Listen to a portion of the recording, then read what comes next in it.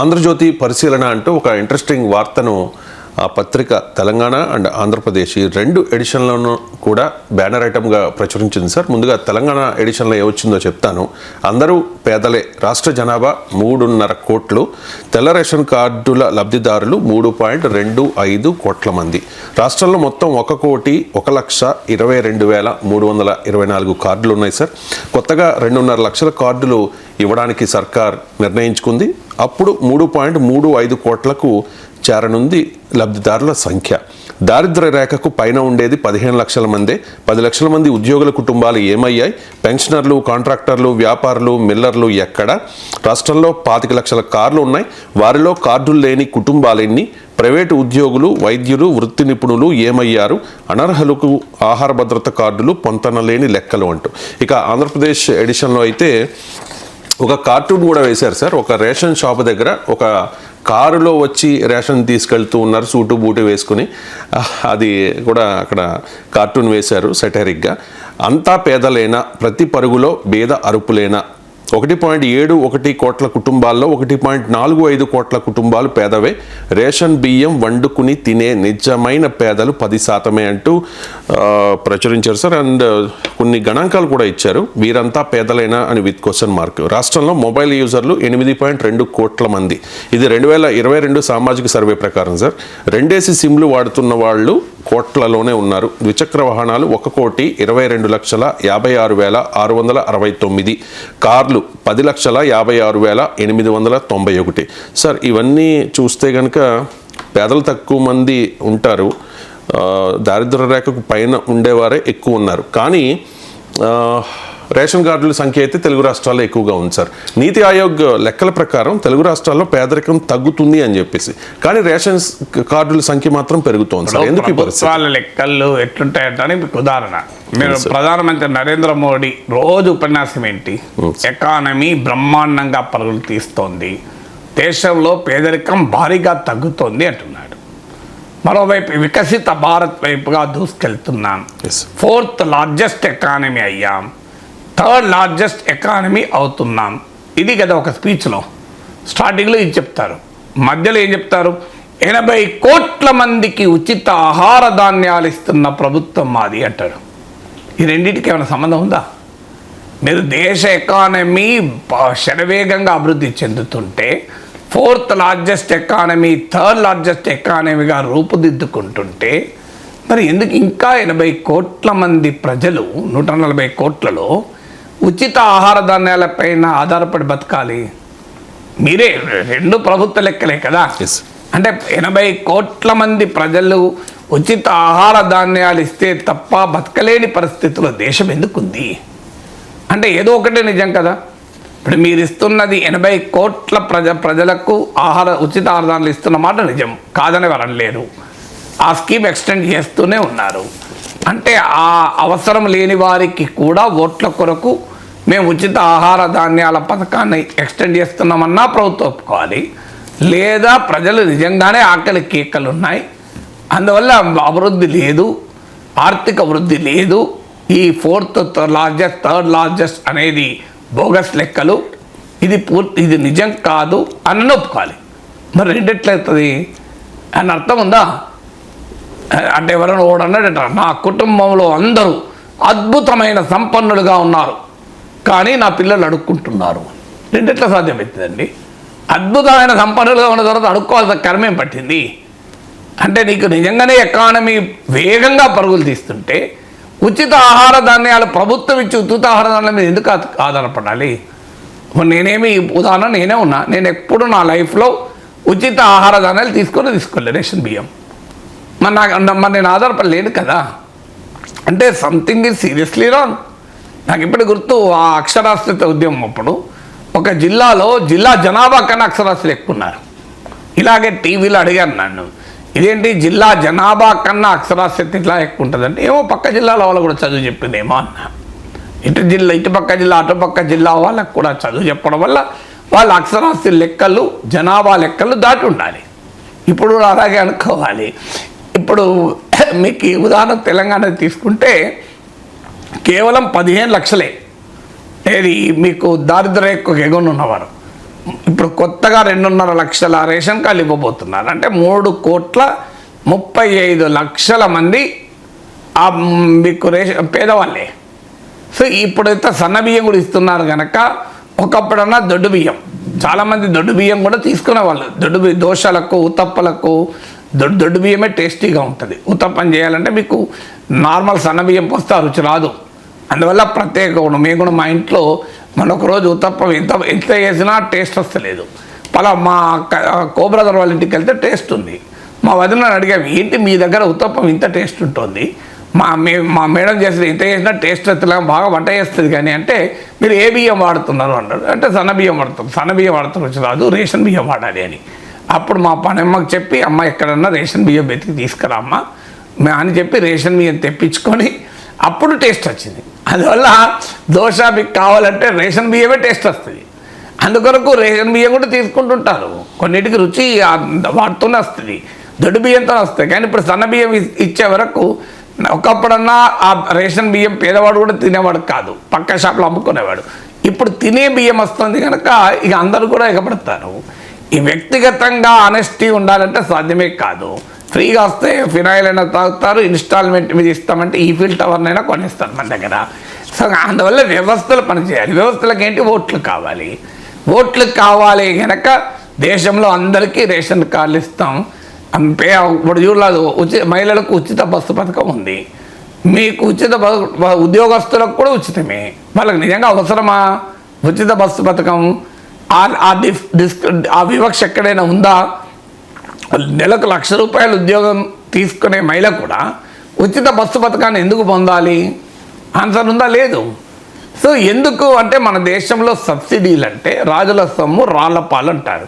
ఎందుకంటే ప్రజలను అడిగామనుకోండి, నేను చాలామంది ప్రజలు అడిగాను, ఎందుకు మీరు ఇలా ఎలిజిబిలిటీ లేకపోయినా పెన్షన్ తీసుకుంటున్నాం, ఎలిజిబిలిటీ లేకపోయినా రేషన్ కార్డు తీసుకుంటున్నారు? వాళ్ళు అనేది ఏంటంటే, రాజకీయ నాయకులు దోచుకుంటున్నారు, పోనీ మేము ఊకుంటాం, అదేమైనా నిజంగా పేదలకు పోతుందా? ఈ రాజకీయ నాయకులే కదా దోచుకునేది అంటున్నారు. అంటే మన రాజకీయ వ్యవస్థ పైన ప్రజలకు అంత విశ్వాసం ఇది దోచుకుంటారని. అందువల్ల వాళ్ళకి అక్కడ అకౌంటబిలిటీ ప్రజలకు ఎందుకు ఉండడం లేదంటే, ప్రజలకు నమ్మకం లేదు, మేము వదులుకున్న రాజకీయ నాయకులు మింగేస్తారని. ఇక రాజకీయ నాయకులకి ఏంటి, ప్రతి ఎలక్షన్ అప్పుడు మేము రేషన్ కార్డులు ఇస్తామని హామీ ఇవ్వాలి, రేషన్ కార్డులు ఇస్తామని హామీ ఇవ్వాలి. ఈ ప్రజలు కూడా వెల్ఫేర్ స్కీమ్స్ బట్టి ఓట్లు ఇస్తున్నారు.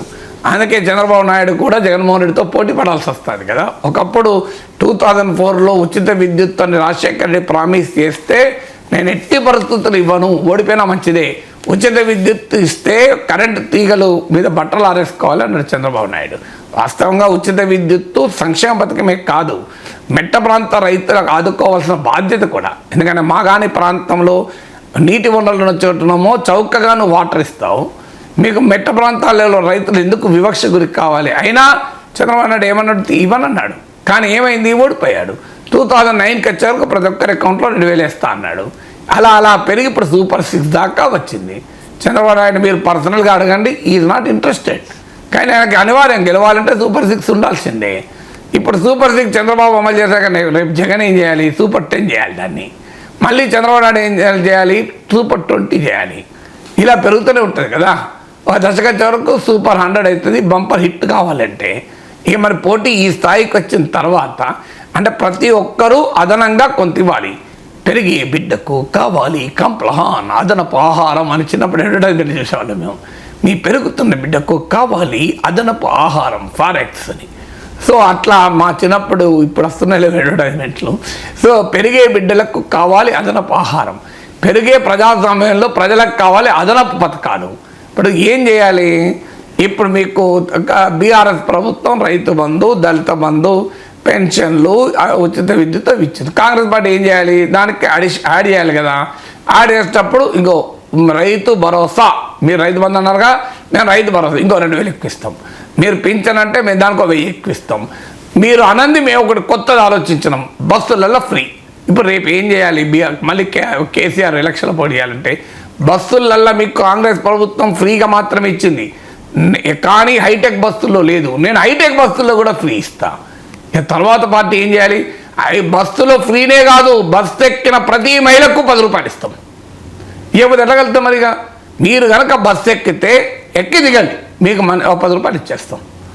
ఇప్పుడు నెక్స్ట్ పథకం అదే కదా, ఇంకేం చేయాలి మరి ప్రజల్ని ఇప్పుడు ఫస్ట్ తాగేటప్పుడు ఏంటంటే ఒక పెగ్గు తాగుతారు. ఒక పెగ్గే కదా, ఒక పెగ్గు ఆరోగ్యానికి మంచిదని కొత్త దినాలు చెప్తారు. అలా పెగ్గులు పోయి బాటిల్స్ పీపాలు తాగుతాయి తప్ప కిక్కు రాదు. ఇప్పుడు ప్రజలకు కూడా ఈ సంక్షేమం అనే ఇంటాక్సికేషన్ ఎక్కిస్తున్నారు. ఎందుకంటే రాజకీయ నాయకులు ప్రజలకు ఈ ఎన్నిక ఓట్ల సమయంలో పైసలు పంచుతారు, గెలిచాక పథకాలు పంచుతారు. ప్రజలు హాయిగా ఆ పథకాల మత్తులో ఉంటే మన వాళ్ళు కాంట్రాక్టులు భారీగా 1000 కోట్లు కూడా కొడుతూనే ఉంటారు. ఇది జరుగుతున్న రాజకీయ మోసం కదా. ధైర్యంగా మేము ప్రజలకు నాణ్యమైన విద్య ఇస్తాం, మీ కాళ్ళపైన మీరు నిలబడేలా నైపుణ్యం ఇస్తాం, మంచి ఆరోగ్యం ఇస్తాం, పౌష్టికాహారం ఇస్తాం.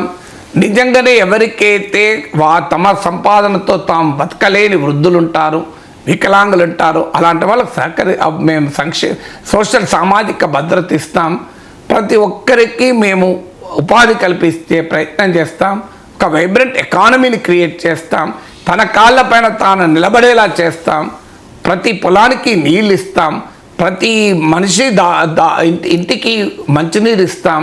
ఒక మంచి పర్యావరణాన్ని ఇస్తామని చెప్పి గెలవగలిగే పరిస్థితిలో రాజకీయ నాయకత్వం ఉందా? రాజకీయ పరిణతి లేదు. ప్రజలు కూడా ఆ పొజిషన్లో లేరు. అన్ఫార్చునేట్లీ ప్రజలకు కూడా అలాగే ఉన్నారు. ఇది అనాలంటే ధైర్యం ఉండాలి. ఎన్నికల్లో పోటీ చేయడం లేదు కనుక నేను అనగలుగుతున్నాను. ఎన్నికల్లో పోటీ చేస్తా అంటే మళ్ళీ అనలేము, ఎందుకంటే ప్రజల్నే అంటావా నువ్వు? అది ఎందుకు అనకూడదు? నిజాయితీ ప్రజలంటే నేను కూడా కదా. సో మనం నిజాయితీగా మాట్లాడుకుందాం. డబ్బులు తీసుకొని ఓట్లు ఉన్నారు ఉద్యోగస్తులు, చదువుకున్న వాళ్ళు కూడా ఎలక్షన్ అప్పుడు మాకు డబ్బులు ఇస్తలేరు అంటాను. మేము గ్రాడ్యుయేట్ ఎమ్మెల్సీ ఎన్నికల్లో నేను 2007లో గెలిచాను, 2009లో గెలిచాను. అప్పుడు చూడలే. 2021లో గేటెడ్ కమిటీలో వాళ్ళు డబ్బులు అడుగుడు. ఎంత దారుణం అంటే, ఎడ్యుకేటెడ్ ఎంటెక్ చేసిన వాళ్ళు 10 మంది తీసుకొని వచ్చారు మహబూబ్నగర్ జిల్లా నుంచి. సార్ మేము ఎంటెక్ చేసాం, మీకోసం క్యాంపెయిన్ చేస్తా ఉన్నాను. నాకెవరికైనా నేను నిజమే కావచ్చు ఆనందపడి రండి బాబు మాట్లాడదామనంటే వచ్చినాక సార్ ఏమి ఇస్తారు సార్ అన్నాడు. నాకు పిచ్చెక్కిపోయింది. ఏమి ఇచ్చింది ఏంటయ్యా, నువ్వేమని ఇస్తే పాంప్లెంట్లో వాడుతా అన్నాడు. అట్లా ఎవరు ఓట్లు వేస్తారు సార్ అని. ఓ గేటెడ్ కమ్యూనిటీ, మా కమ్యూనిటీకి ఏమి ఇస్తామని అడిగారు. గేటెడ్ కమ్యూనిటీ కూకట్పల్లి బాచేపల్లి ఏరియాలో పిచ్చెక్కిపోయింది. అప్పుడే అర్థమైంది నాకు ఈ ఎన్నికల్లో నేను గెలవనని. ఆడికి నాకు 58,000 మంది ఓట్లు వేస్తారు. వాళ్ళ చేతులు జోడించాలి, వాళ్ళ నిజాయితీకి నిజంగా చేతులు జోడించాలి. కానీ 58,000 ఓట్లు వచ్చాయి, మామూలు విషయం కాదు. సో కానీ ప్రజల సమాజం అట్లుంది. మీకు నా బిడ్డకు ఒకప్పుడు ప్రజలు మీకేం నాయకుడు వస్తే మా ఊరికి రోడ్ వేయండి, మా స్కూల్ బిల్డింగ్ బాగా చేయండి, మాకు ప్రైమరీ హెల్త్ సెంటర్ ఇవ్వండి, మాకు పశు వైద్యశాల ఇవ్వండి అని అడిగేవాళ్ళు. అంటే కలెక్టివ్ బెనిఫిట్స్ అడిగేవాళ్ళు, సామూహిక ప్రయోజనాలు అడిగేవారు. ఇప్పుడు వ్యక్తిగత ప్రయోజనాలు అడుగుతున్నారు. నాకేమిస్తావు చెప్పు? పండుకుంటే ఏమిస్తావు? లేస్తే ఏమిస్తావు? కూర్చుంటే ఏమిస్తావు? నిలబడితే ఏమిస్తావు చెప్పు?